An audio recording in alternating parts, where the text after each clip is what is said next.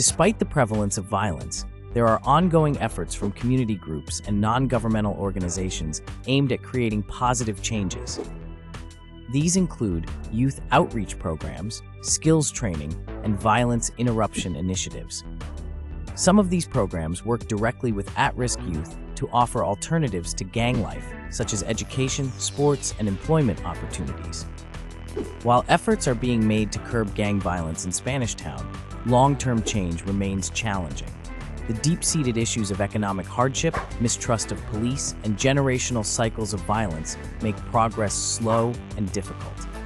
Community intervention, economic development, and comprehensive reform of social systems are essential components for reducing violence and ensuring a safer future for Spanish Town. Tackling gang violence in Spanish Town is not only about policing, but also about addressing the underlying causes, such as poverty, limited access to education, and the lack of economic opportunities that push young people toward crime.